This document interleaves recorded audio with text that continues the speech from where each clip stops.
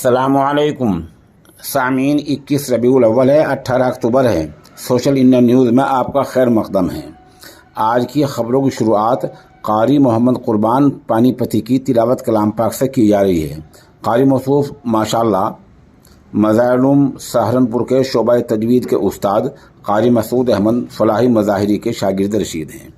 یہ تلاوت ریاست ہریانہ کے ضلع کرنال کے گاؤں بلہیڑا کے دینی ادارہ مدرسہ اسلامیہ عربیہ تعلیم القرآن میں کی گئی ہے۔ اعوذ باللہ من الشیطان الرجیم، بسم اللہ الرحمن الرحیم۔ فخرج على قومه في زینته قال الذين يريدون الحياة الدنيا يا ليت لنا مثل ما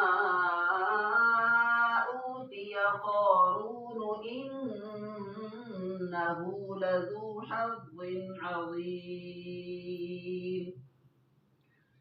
وقال الذين أوتوا العلم ويلكم ثواب الله خير لمن آمن وعمل صالحا ولا يلقاها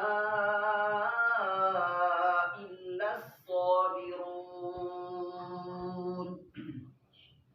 فخسفنا به وبداره الأرض فما كان له من فئة ينصرونه من دون الله وما كان من المنتصرين.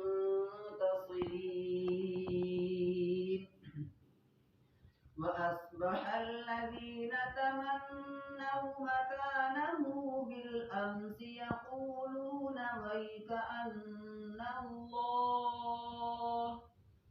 يقولون ويكأن الله يبسط الرزق لمن يشاء من عباده ويقدر لولا أن من الله علينا لخسف بنا ويكأنه لا يفلح